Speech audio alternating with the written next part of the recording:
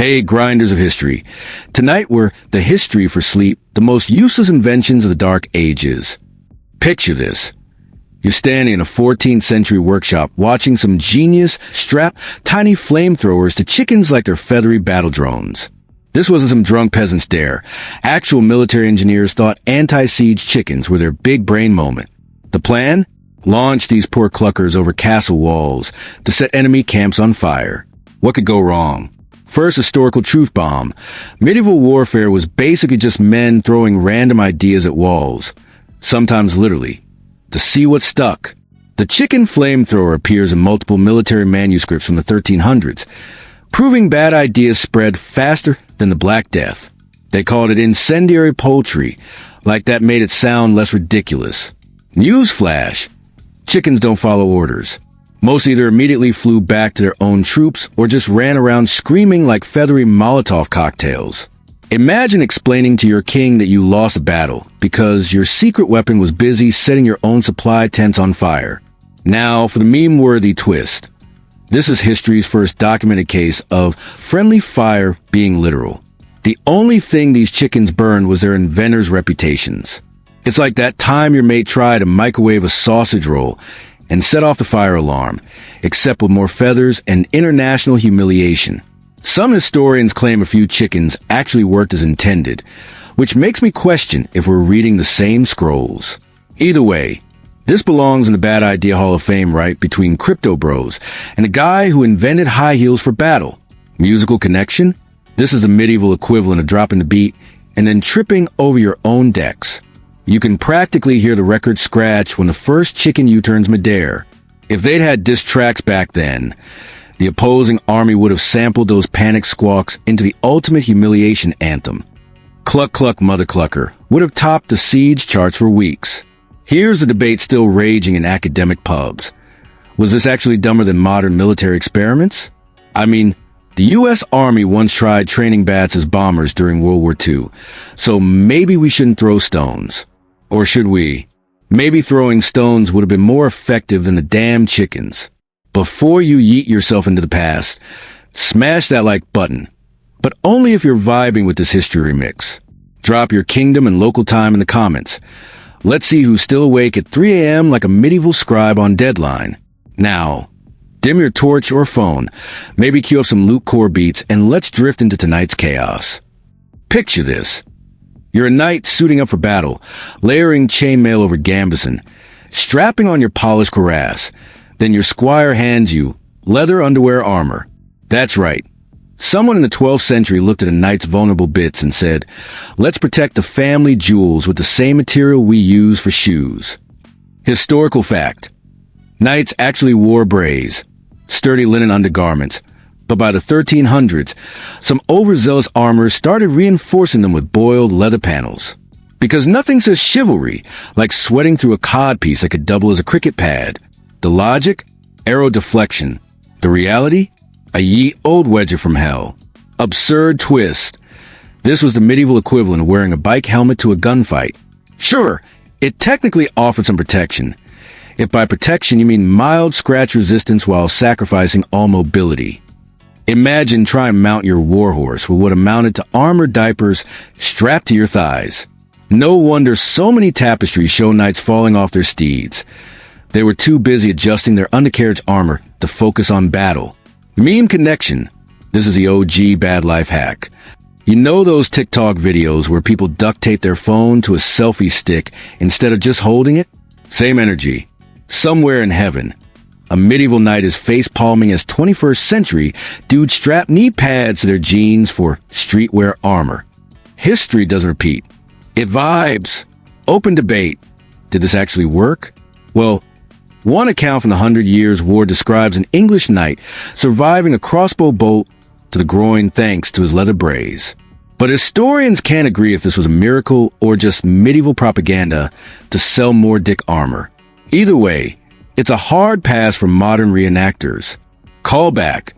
Remember those flamethrower chickens? At least they had the decency to fail spectacularly. Leather underwear armor? That's just sad. Like ordering a full suit of plate mail on Wish.com.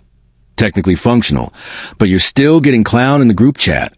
Musical shout out.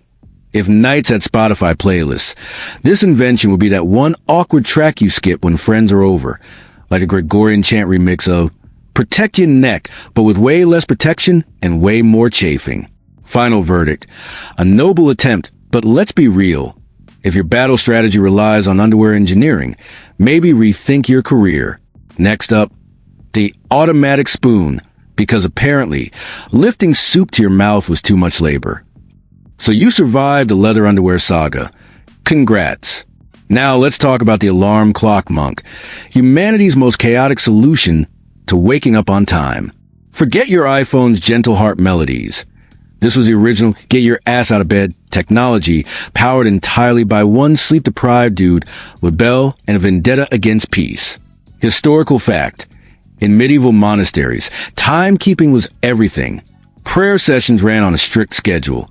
Matins at 2 a.m., lauds at dawn, and so on. But since mechanical clocks were still a fever dream, monasteries employed human alarm systems. Junior monks whose sole job was to stay awake all night and scream bloody murder when it was time to pray.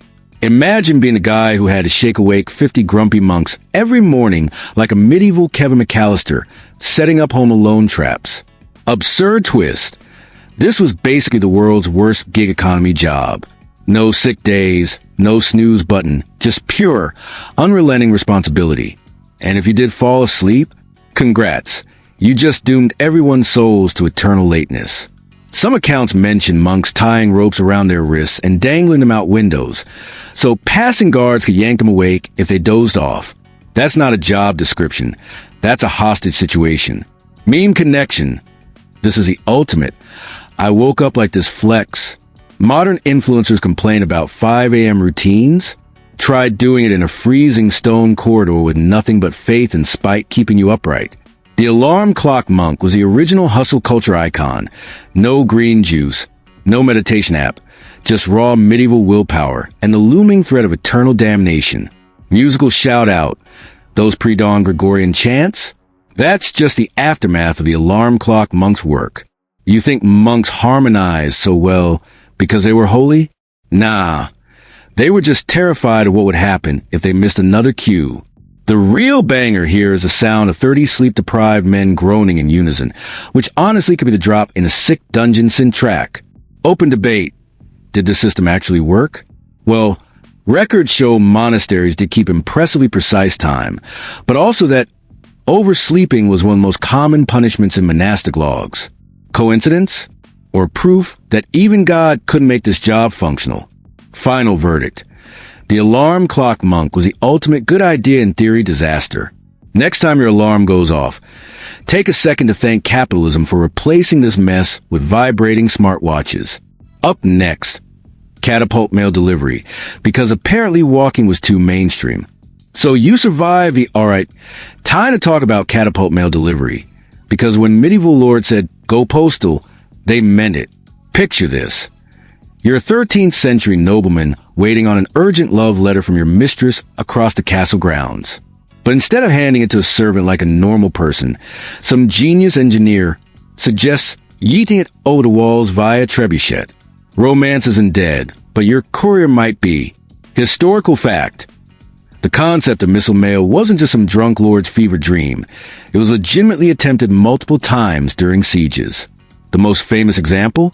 In 12th century France, the besieged castle of Mont Saint-Michel reportedly catapulted letters, and occasionally small packages, over enemy lines.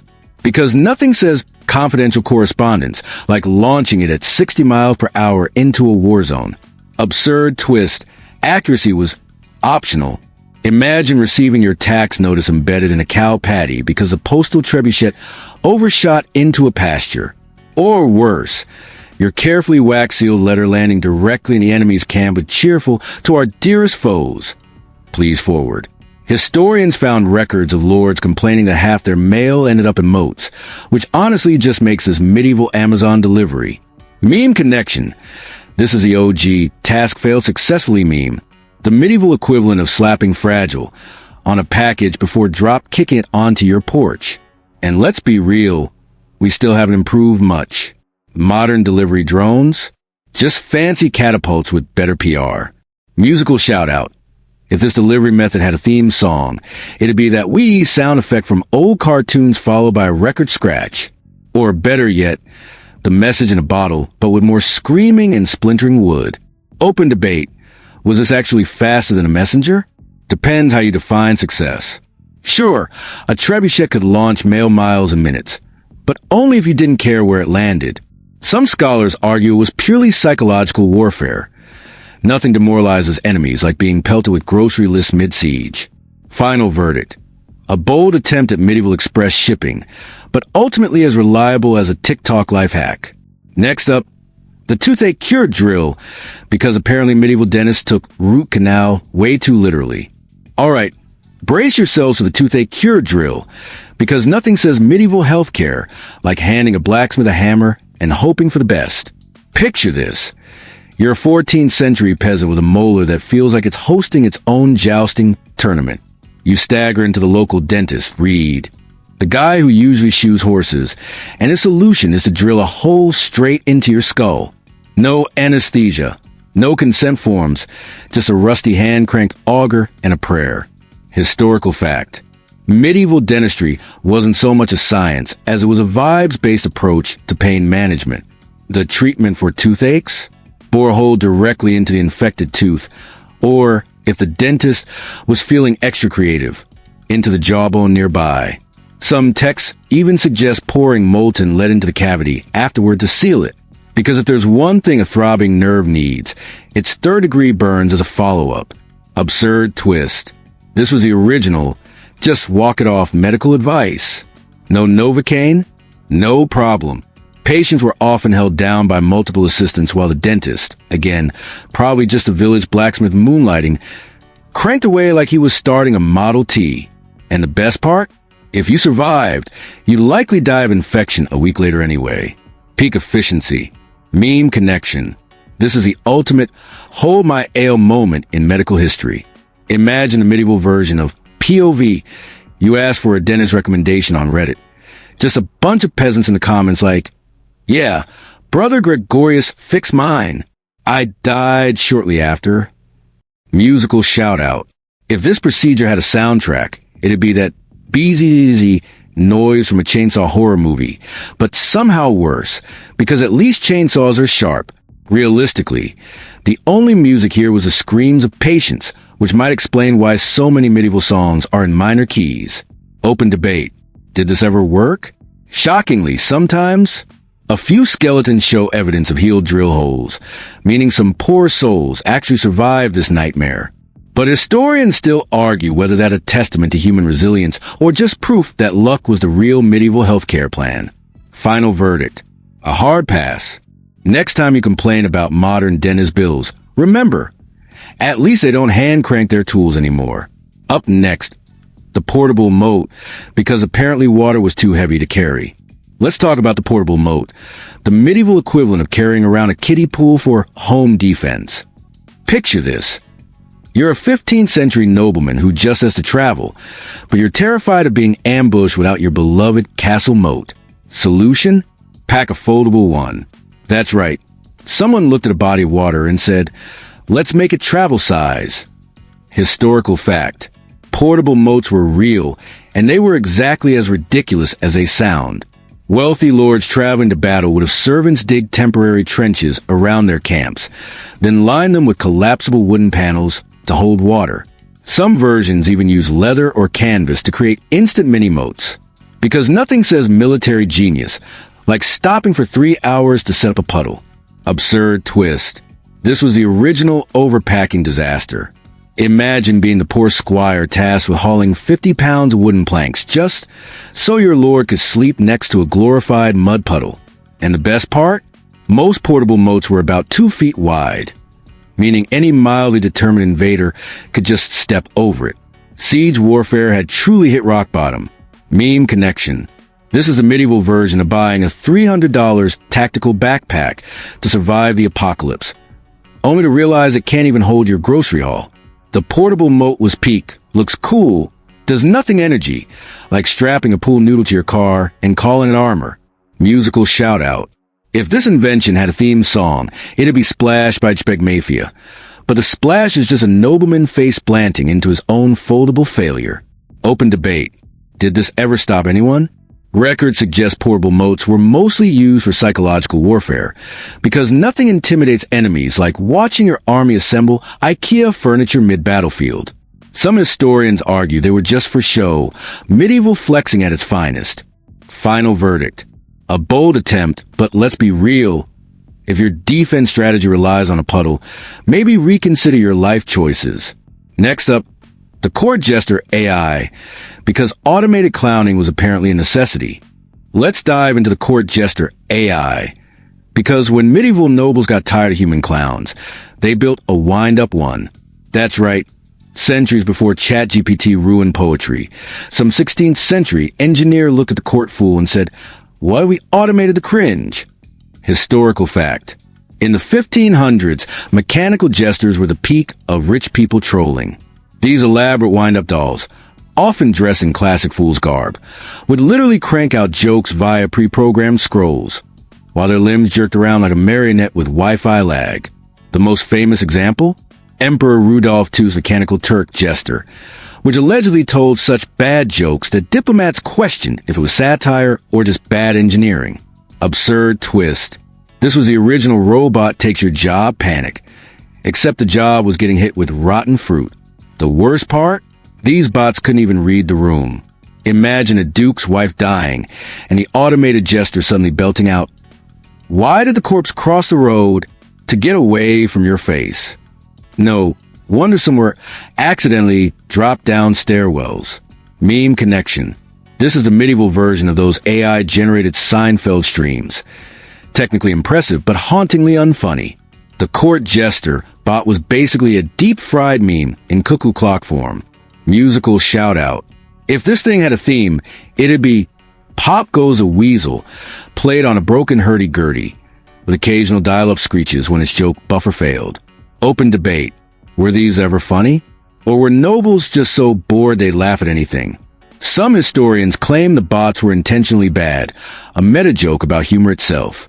Others argue they were just medieval NFTs, expensive, useless, and confusingly hyped. Time for the plague perfume, history's most fragrant failure. When the Black Death rolled through Europe, doctors, using the term loosely, swore that stinking better was the key to survival. Their genius plan? Douse yourself in rose water until death itself gagged and left. Spoiler, it did not work. Historical fact. Plague doctors loved their perfume armor, a mix of flowers, herbs, and vinegar stuffed into beak-shaped masks. The logic? Bad smells cause disease, miasma theory. So overpowering them with stronger smells would cancel it out? This is the same energy as eating garlic to repel vampires, but with more corpse-filled streets. Absurd twist. The only thing this cured was personal space. Imagine being a dying peasant, and some leather-clad weirdo waddles in, reeking of lavender and doom, like a Glade plug-in haunted by regrets. Bonus? The perfumes often contain poison. Hello, mercury. So congrats, you avoided plague. Only to OD on medieval bath and body works. Meme connection. This is the original Instagram wellness hack. Just diffuse oils, sweaty. Medieval MLM moms, probably. Musical shout-out. If the plague had a theme song, it'd be Ring Around the Rosie, but sung off-key by a doctor slowly suffocating in his own potpourri. Open debate. Did anyone survive because of this? Or did it just make the last moments smell like a gardener's funeral? 300-word wind down. The tavern fire dims. The last of the useless inventions clatter into history's dustbin. Flamethrower chickens extinguished. Leather underwear abandoned. Automatic jesters wound down for good. Outside, the village finally sleeps. The plague perfumes faded to a ghost of roses. Maybe that's a lesson here. Progress isn't a straight line. It's a drunken stumble, full of bad ideas that seem brilliant at the time. For every printing press, there's a portable moat. For every vaccine, a mercury-laced cologne. But hey, that's humanity. We try. We fail. We strap fire to poultry. And eventually, somehow, we learn. So as you drift off tonight, remember, history's just memes that got too serious. And maybe, just maybe, our own dumb inventions will amuse some future grime historian. Sweet dreams, time traveler.